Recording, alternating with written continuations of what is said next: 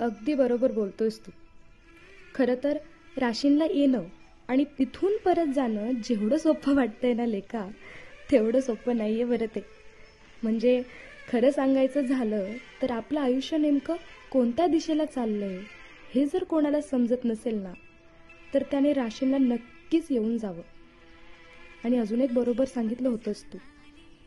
बदलून टाकलं मला त्या हवेच्या स्पर्शानं, बदलून टाकलं मला त्या हवेच्या स्पर्शानं, रानातल्या काळ्या मातीच्या त्या दरवळत्या सुगंधानं, या इथल्या शांत थंडगार वाहणाऱ्या माझ्या भीमा नदीच्या पाण्यानं.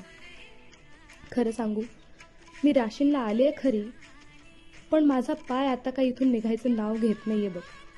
इथे येणं माझ्या हातात होतं, पण जाणं मात्र आता मी पूर्णतः विसरून गेलीये.